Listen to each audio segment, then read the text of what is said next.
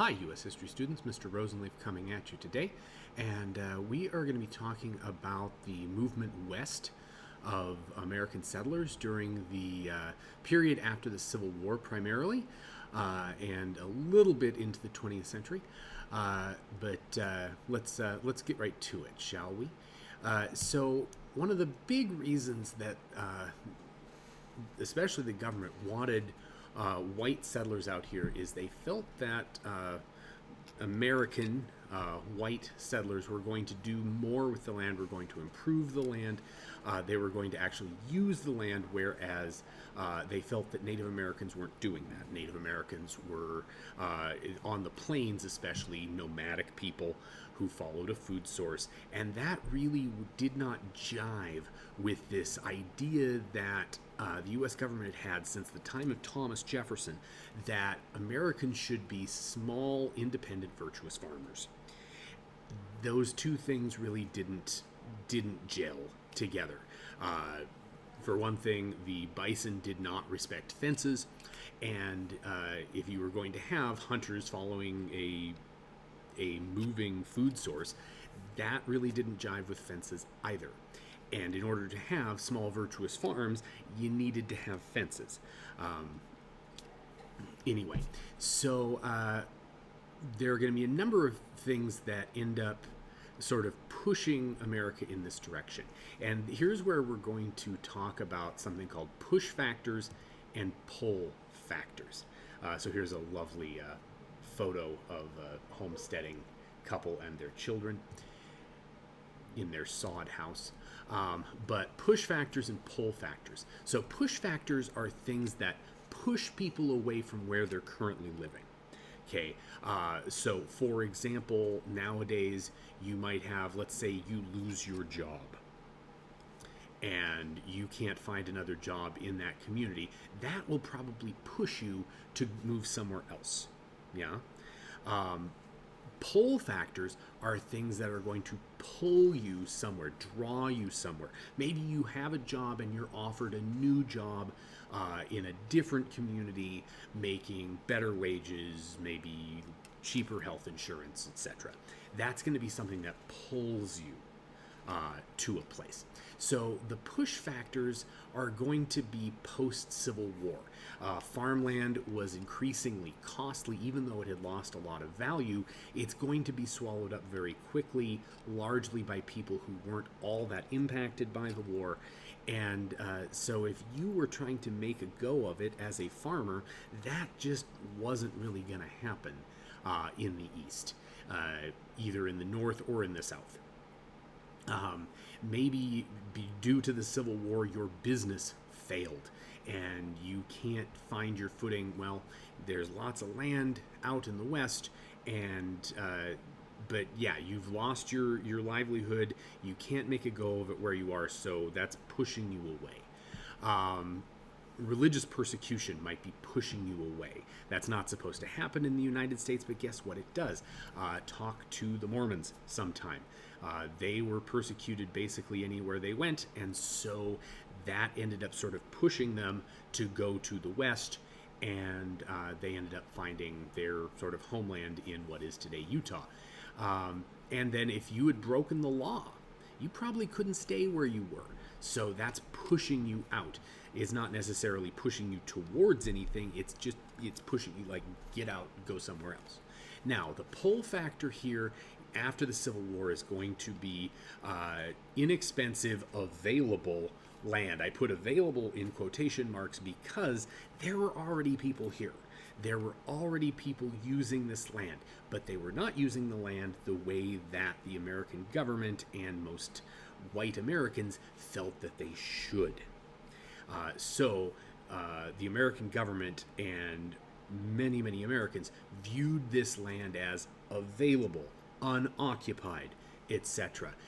And the government is going to help this along by offering what was called the Homestead Act, that enabled people to move west, and they could get for really cheap, I mean, we're talking a couple $100, you could get 160 acres of land, and all you had to do was live there for, I forget if it was 3 or 5 years, and improve it, meaning build a home, begin using the land for farming or ranching, and that land would be yours.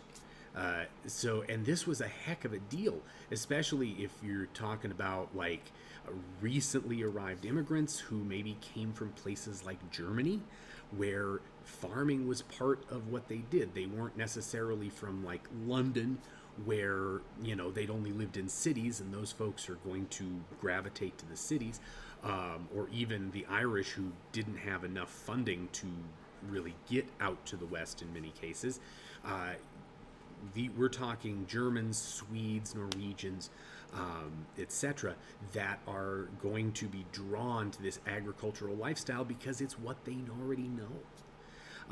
So immigrants were attracted by this. If you, again, were, say, a lawbreaker, this was a chance for potentially a fresh start or to break more laws. So all of these things were pulling people out west, pulling people past the Mississippi River and into the West. There were already people out here because of the gold rushes and whatnot, but now you're going to find people actually willing to settle on this land. And they would make their homes out of whatever they could find. They would come out here in essentially covered wagons.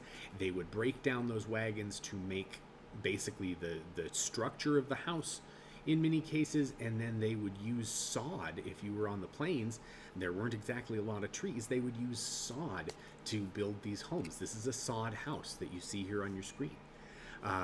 Here's another example. They were able to eventually get some wood to build more of a house, but notice sod is still the roofing. Shingles weren't a thing yet. In this time period, especially on the plains. They just didn't have the raw materials. And here's another example of a lovely sod house. Sod houses were not all bad. They stayed cooler in the summer, warmer in the winter, but you did have to, they weren't exactly watertight. So that was an issue. Obviously, you had to deal with bugs and mice and things like that, but you'd have to deal with that anyway, living on the plains at this point. The Orkin man didn't exist. So here's a homestead certificate, certificate number 1, application number 1, for someone named Daniel. Not a clue on that last name. Maybe Truman? I can't tell. But anyway, 160 acres, as you see there. It does not say how much he paid. And I've been looking for that, and I can't. Oh, wait a minute. Yeah, it does. I can't read it, but made in payment in full for, I think that's maybe the parcel. Anyway, there we go. I don't know what I did there. There we go. So the red states are the states that participated in the Homestead Act, including the state of Montana. The only state you don't see there is Hawaii. Hawaii was certainly not a part of the Homestead Act, and we don't acquire Hawaii until the very tail end of the 1800s. But there's not enough land in Hawaii to homestead anyway. Okay, in your reflection journal, you might want to take a screenshot of this or something so you can do that. So this is reflection number 1. There will be a second one. I want you to tell me what are push-pull factors, and what were the specific push-pull factors that took people from the East, led them to the West. And then what was the Homestead Act, and what did it promise to Americans? So pause this, take a picture of it if you need to, but we're going to move on. All right, so obviously this was not just an Oprah show. You get 160 acres, and you get 160 acres, and you get 160 acres. There were certainly problems, and again, this land was already occupied. Native American tribes had been on these lands for generations upon generations upon generations, or they had been moved from the East with the promise that this is your home now. And pretty soon, American settlers are going to come in, and all of a sudden, well, this is not really your home. So this was a problem. The white settlers are going to conflict with Native Americans about how to best use the land, and with the traditions of the Native American tribes. the government is going to make treaties with the tribes, restricting their movement, moving them onto reservations, or basically trying to get rid of their tribes entirely eventually.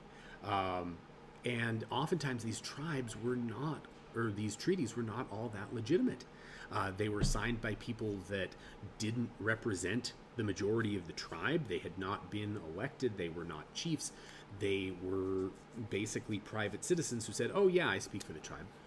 And one of the times this happened was with the Cherokee leaving Georgia. That agreement was signed by sort of a renegade group of leaders who were not the elected leaders of the tribe. Those guys end up getting unalived after the move.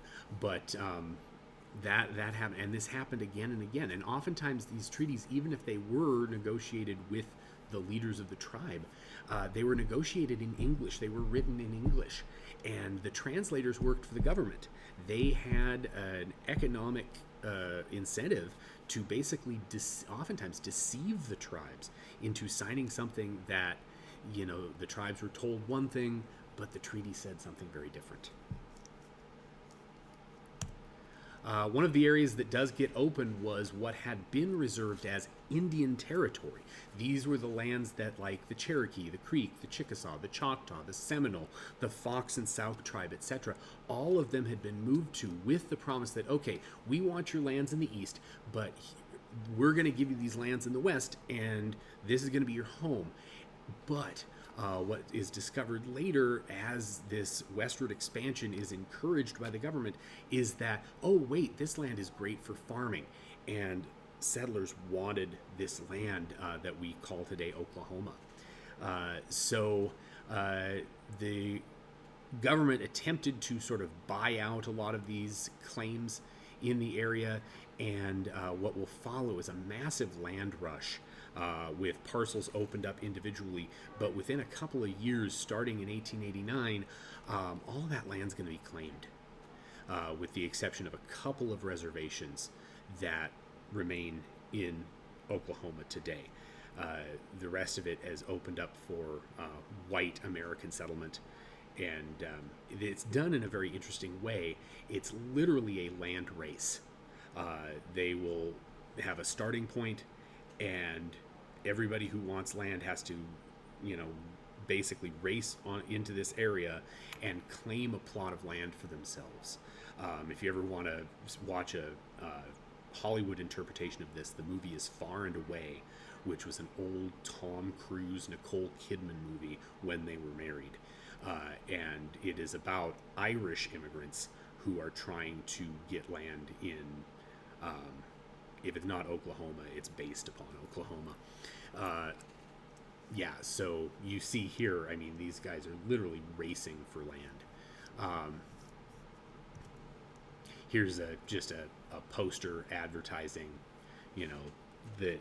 So the first parcel that was open was like 2 million acres, but eventually it'll be like 15 million acres that are opened for white American settlement. And this is where Oklahomans get their nickname, not to, you know, go too side tangent on you, but the Oklahoma is known as the Sooner State. I think one of their universities, their mascot or whatever is the Sooner.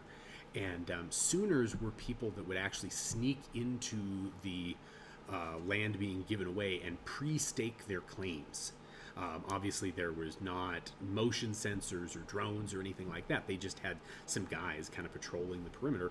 And if you paid off one of these guys, or if you snuck past them, you could get on there and kind of pre-stake your claim. And, you know, there you go. And Oklahomans very proudly proclaim themselves to be the Sooner State. I don't exactly understand why, given that it was, you know, technically a crime, but okay. Whatever floats your boat. And this is just one of the parcels that was opened, that red lined area. Okay, so between near the end of the Civil War and 1923, the U.S. Army is going to fight upwards of 38 wars against Native American tribes in the West. 38 wars. We're not going to talk about all of them. We're not even going to talk about most of them. We're going to talk about 3 particular incidents that were part of these wars. The first one was the Sand Creek Massacre. This one involved a group of U.S. military soldiers, and this was 1864, so near the end of the Civil War. These guys are going to go into an encampment of Native Americans and basically slaughter this group pretty good. They are going to kill 133 Native Americans. Of those 133, 105 of them were women and children. So this was mainly a group of unarmed Native Americans assembled peacefully. They were not a war party or anything like that. In addition to the 133 Native Americans, 25 U.S. soldiers are going to die. But that's going to be the result of basically drunken friendly fire. They are literally going to kill themselves. Largely, I think the Native Americans maybe got a couple, but mostly those deaths are going to be self-inflicted because these soldiers were pretty well drunk. So as they were leaving for the first time, they're going to come back, but as they're leaving for the first time after the initial assault, they are going to take stuff out of the teepees, plunder the teepees. They are going to take the Native Americans' horses, and then as the smoke cleared from the first battle, the men are going to come back. They are going to unalive a lot of the wounded people. They're laying there. They could maybe survive, but the soldiers are going to come in and unalive them. They are going to scalp many of the unalived people, regardless of whether they were women, children, infants. They are also going to the soldiers are going to dress their weapons, their bayonets. They're going to stick scalps and internal organs, including they would cut open the pregnant bellies of women, and they are going to remove the fetuses from there and literally put them on their bayonets. And then they are going to march into Denver and display those trophies both at the Apollo Theater in Denver as well as several area saloons as they continued basically their drunken escapade. These guys were led by this man, Colonel John Chivington. And interestingly enough, Chivington, before he became a U.S. military commander, was, wait for it, a Methodist minister. And he is going to say the following: "Damn any man who sympathizes with Indians. I have come to kill Indians and believe it is right and honorable to use any means under God's heaven to kill Indians. Kill and scalp all, big and little, nits make lice." This is something you're going to hear me refer. I think I've already referred to it. You're going to hear it again. That it is easier to, sort of murder people if you view those people as less than fully human, if you view them as animals, if you view them as vermin in this case. Lice are vermin. They are, blood-sucking parasites. And that is what Native Americans are being referred to by this commander, this colonel in the U.S. Army. You will see this again and again in human atrocities. The group that is being killed, is being suppressed, are often referred to as animals. They're referred to as, and you will hear this saying again and again, less than fully human. And it's much easier to kill entities who you do not consider to be actual human beings. We do this during World War I. The British soldiers are going to come over and train American troops, and they are going to display propaganda that shows the Germans as apes, basically, as these awful gorilla-type figures, and which makes it easier for the Americans to then go over and unalive them. Battle of Little Bighorn, if you know about one of these, you probably know about this one. It involves this gentleman here, At one time, he was a general. At the time of his death, he will be a colonel. But he was George Armstrong Custer. Custer had been battlefield promoted to general during the Civil War. Major general, I believe. Yeah, in any case, Custer was actually present at Lee's surrender to Grant at Appomattox Courthouse. Again, that was a town, not a place. And he was in charge of a battalion of the U.S. 7th Cavalry. And he and his battalion are near in this area, and their Crow scouts are going to say, hey, over this hill, there's a group of Native Americans, Northern Cheyenne, etc. And now, whether or not the scouts told Custer the truth that, there were like 3,000 of these guys and Custer only had 700 guys, or so we don't know if they said that and Custer was just like, I don't care how many there are, I'm better, and went in, or if they were like, oh, there's only a couple hundred, you'll be fine. But regardless, Custer's 700 guys go up against about 3,000 Native American warriors and are going to get absolutely slaughtered. Not only will Custer die in this battle, a couple of his brothers are going to die, his nephew, his brother-in-law, total U.S. casualties, including the scouts. Some of them are killed. 268 dead, 55 injured. This is supposedly Custer's last words. He was said to have said, "Hurrah, boys, we've got them. We'll finish them up, then go home to our station." And he died moments later. For a long time, Custer was seen as sort of a martyr figure, a hero who was standing up for, expansion and the American way. It's obviously a little more complex than that, because to Native Americans, Custer is considered a villain. And so, where's the truth in that? Probably somewhere in the middle. But again, under 700 U.S. troops versus as many as 3,000 Native American warriors.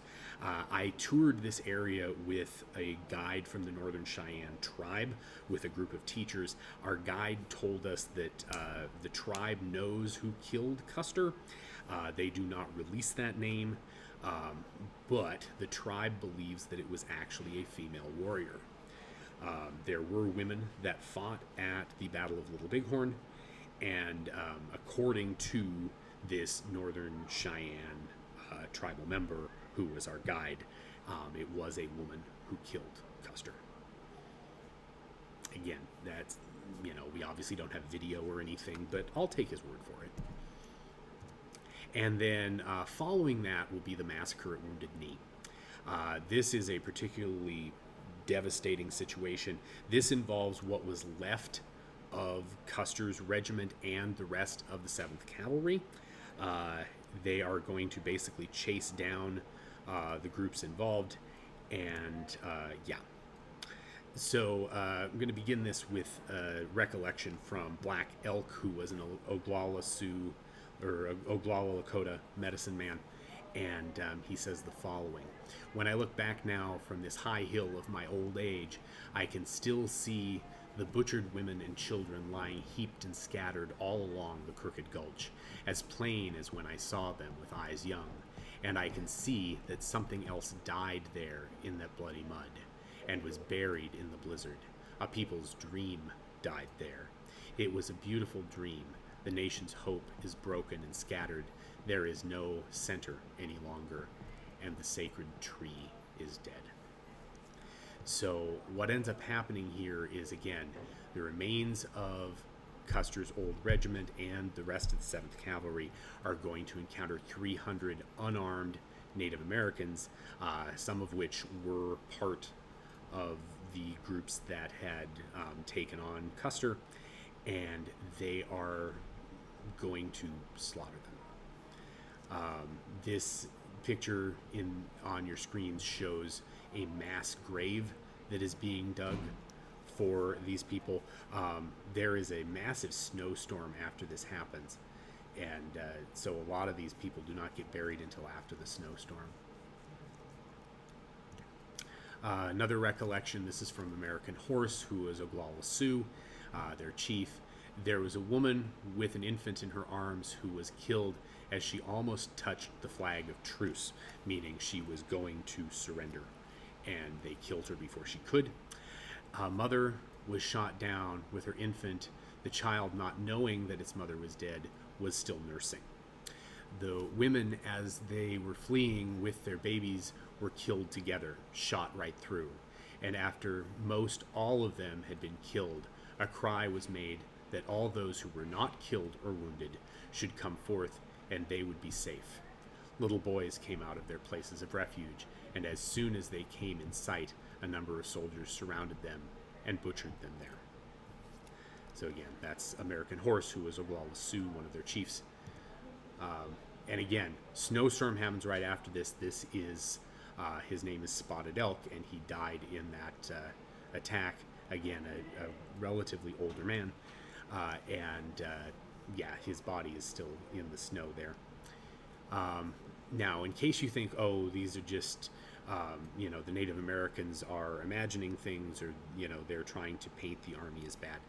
This is Hugh McGinnis, who was with the 7th Cavalry, 1st Battalion, Company K. And he is going to say the following. Helpless children and women with babies in their arms had been chased as far as 2 miles from the original scene of encounter and cut down without mercy by the troopers. Judging by the slaughter on the battlefield, it was suggested that the soldiers simply went berserk, for who could explain such a merciless disregard for life? As I see it, the battle was more or less a matter of spontaneous combustion, sparked by mutual distrust. And this is a civilian party going through and taking away dead, burying dead. And to wrap this up, quote from General Philip Sheridan, who was one of the major generals in the West during this time. We heard from him last week with the buffalo, or the bison thing. He says the following. If a village is attacked and women and children killed, the responsibility is not with the soldiers, but with the people whose crimes necessitated the attack. Okay, so reflection number 2. So remember, there was part 1 and now there's part 2. What impacts did U.S. Army and government policies have in the West after the American Civil War? Do try and be a bit specific with that. But that, along with reflection number 1, should go in the reflection journal, which is below this on the course page.